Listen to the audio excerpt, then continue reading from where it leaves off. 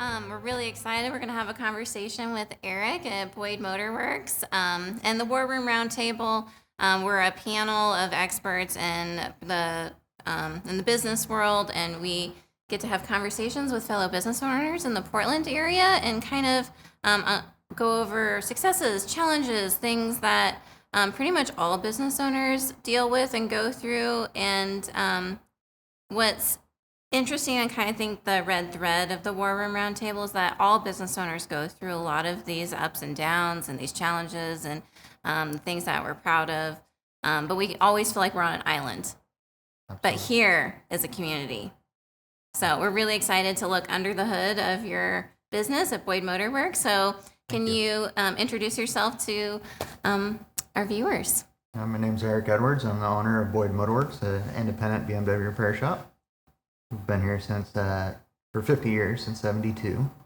My dad was the fourth owner. I'm the fifth owner. I purchased it from him in '19, and glad to still be in business. Yeah, awesome. What do you like about BMWs and Minis? I mean, BMWs, every kid has that story, and my dad and I found a little 1600 when I was about 16 years old, and Do you have a photo of it? I don't. Oh, I don't. sad. Started putting it together. Question. Was that your first car? No, it was not my first car. I had a 90 Chevy Lumina Eurosport that I bought from my parents and paid way too much money for. Oh, your parents didn't give you a deal? They didn't give me a deal. And so then you found this as your second car? I Or think I was as a about car along the way? four cars deep at that point. At 16? At 16. Nice. A lot of Oopsies. not safe driving Oops. as a 16-year-old. But it was just kind of turned into a passion at that point, and here we are. Yeah, what's your favorite car to work on? That's a hard question. I wasn't going to ask you easy ones. Come on. I don't know. I like a little bit of the old, a little bit of the new. I mean, I still like working on the old stuff. Not very many people around that do that anymore. It's kind of, for the longest time, that's all people thought we ever did was the old stuff. But then you get to work on some of this new stuff fresh off the line, and it's kind of nice to see something a little different. Cool. What are some of the things that you're proud of and the things that Boyd's has accomplished? The name. Mm-hmm. Proud of the name. I mean, we've been able to. Kevin Boyd was the original owner. He passed away probably 3 years ago now. Mm-hmm. But to keep his name as one of the most reputable shops in the city, and sticking to our roots. So my dad has always said there's enough honest work that you don't have to be dishonest. Right. And that's kind of my motto through every day is I've got 50 cars here to work on. I'm doing something right. Mm-hmm. Totally. And I think in the mechanic space, it's really hard to find solid mechanics. I hear that a lot. And being, growing up in a household full of women, I have 4 sisters and my mom, that I've learned to respect a woman. And mechanics get a bad name on taking advantage of women or that. And, I want to break that mold and be the one that anybody can trust me Right. and know that I'm going to take care of them and do the right thing. Yeah, and I actually think all of the referrals I've given you recently have all been ladies. I have been, yes. Thank you. Thank you. I love that. Okay. What are some of the goals that you have for Boyd's? And I'd like to see Boyd's go another 20 years, until I'm done, and whether it's my son or whoever the next adventure is to carry the name. Yeah, that'd be sweet. Mm-hmm. That's a cool thing. Yeah. Because I do see a lot of business owners, they just have a 1 year or a 5-year goal, but to be nope, I can see out 20 years is really cool and special. I mean, I got to look at the big picture. I can't. I mean, we all have our 5 and 10 year goals, but ultimately it's the end. It's when do I step away? When do I turn the reins over to somebody else? And that's the ultimate. Yeah. I have another question. Yeah, go ahead. What are some of those 5 or 10 year goals that you're looking at to help you get to those 20? I would like to not necessarily under this roof, but adventure out to other European cars. I don't want to take Boyd's and change it. Boyd's is what it's been for as long as it's been and will continue to be BMW and Mini until the end of time. But as a personal goal would be to step out into the other European markets and try to make my name there. Yeah. Would they be individual shops or find I would build like to one? do individual shops. I mean, just it's easier in the big picture to keep things separated instead of trying to mesh it all together. Yeah, and it is cool. Like looking out through your bay, it's just like BMW emblems Huge, everywhere. It's full. It's great. Thank you. Yeah. Thank you. A little bit of the old, a little bit of the Yeah. newer stuff. Yeah, this Little black in one is between. especially gorgeous. Yeah. Not a car you ever want to own, but Okay. Somebody else owns it. I can enjoy it right now. when there's a V12 under the hood, yeah, you want to step away from that one. So, Yeah. What's your favorite thing about Boyd's? the reputation. I kind of keep going back to that.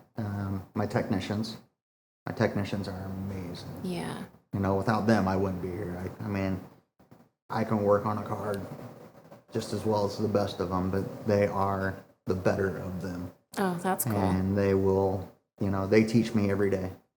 And without them, there would be no Boyds either. So, Yeah. I respect them and I am thankful for them.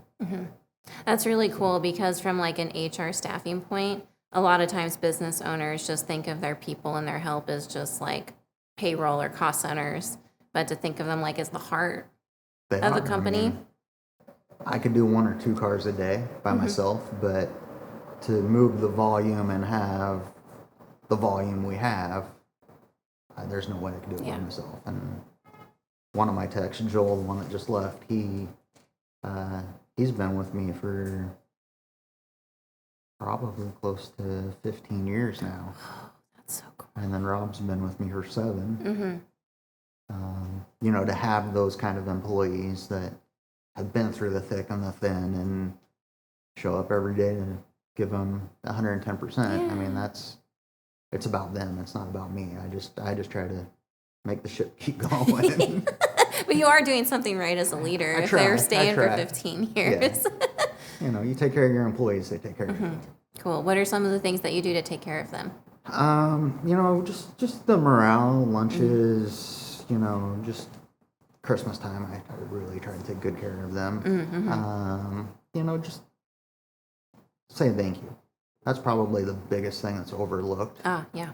I've worked for lots of people in the past, and, if I go back and I say one thing I wish an employer would say to me would just be thank you. I try to teach them or treat them as the way I wanted to be treated when I was an employee. You got to let them know when they do wrong, but you also got to praise them when they do right too. Yes, exactly. Good. Cool. Two-way street. Yeah. What are some of the challenges you're experiencing right now? Lack of employees. Oh, Everybody says this is a good thing, but too many cars here. yeah, I did have that as scheduling / volume. Yeah. Being in Portland, I mean, one, you have to be safer. I mean, there's been a lot of issues with windows broken, tires taken, wheels, come in cars sitting on the ground. That ultimately costs into the business. Is that a big reason why you bring most of them into the Absolutely. into the gate and close them? Yeah. Can't bring all of them, but Right. bring most of them. But, I'm 2 weeks deep on our schedule, which is, I should be really 3 weeks to try to play catch up. But you got to keep that balance and flow of the little stuff still coming in and the breakdowns coming in and that kind of stuff, so that you don't want to push anybody away either. Right. Do you feel like safety has been like a really big lack of peace of mind for you the last few years? Oh yeah. Can you elaborate on that? The 1, 2, or 3, 4 o'clock phone calls from the alarm company. I've shown up a couple of mornings and had guys are breaking into cars, essentially stealing parts off cars. Had to push people out that are camping in front of my door, and you never know what they're on. You never know what they have. Right. You can't get a police presence if you try.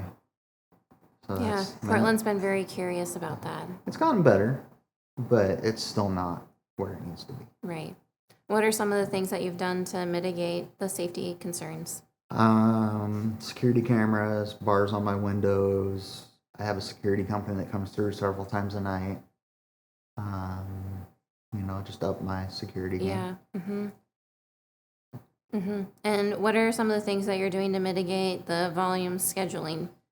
Just trying to bring in less cars every day and get out here when I can get away from the phones and try to get a car or two done. Yeah. So because you work in a place where there's like a maximum capacity of like bays and techs, what are you doing to like help with your revenue when it feels like maybe you're maxing out? Just try to watch costs. What we're spending as a shop on things that maybe we don't need to be buying. Making sure that our pricing market is where we need to be. That we're making profit off of parts. Yeah. Just trying to be smart about money coming in, money coming out. Sure. Yeah, costing's a big thing regardless of the industry. Right. Restaurants, Absolutely. that's a problem. Any kind of manufacturing. Everything's up and down. I mean, Yeah. oil's always up and down. Parts are up and down. So Yeah. Cool. And then what are some of the experiences that have shaped you to becoming the business owner that you are? the hard knocks. Oh, yeah. Tell me about the School of Hard Knocks. It was. I mean, I learned from my dad. I mean, I watched him. I was in the office. Well, I was out in the shop with him growing up, and that's where I learned most of my trade before going into it as a profession. And Yeah. we shared an office together for a while and kind of learned the programs. And there for a while, phones would ring and nobody would want to talk to me. They'd all want to talk to him. And then you start earning trust, and people start calling you. And Oh, yeah. kind of feel great when you get that first phone call looking for Eric. you. Yeah. And then when my mom had her stroke and my dad left, it was just, here you go. Mm. Um, What were some of those things that you learned really early on in those moments? just to take care of people. Mm-hmm. Make sure they're taken care of. You got to make money. That obviously without money you can't continue as a business. But take care of people. Yeah. You don't need to be the dealer and take every dime somebody has to get them back on the road. Mm-hmm. There's profit that you can make and still, Yeah. let the customer go home and have dinner that night. That's probably the biggest one. It's just you take care of them, they'll take care of you. I love that. And I mean, that's why I've been coming to you forever, what it feels Appreciate like. And why you'll always be my people. And I had to go to the one dealership this year, and I was really sad about it. But it saved lots of money. It We were did. able to save you lots of Yeah, money. I had a recall. So Right. for the people at home. I forget, not everybody knows. Yeah. So, yeah, that's kind of just what we wanted to chat with you about. We're really glad that you said yes to letting us interview you and kind of dissect and look under the hood at Boyd's. Thank you. And yeah, we're just really excited to see you continue to thrive into the next 20 years. I appreciate it. Yeah, awesome. Thank you. you. And for everybody at home, thank you for watching us interview Boyd Motor Werks with the War Room Roundtable. And we look forward to seeing you at the next episodes. Check us out on all places that you can listen to podcasts and watch podcasts.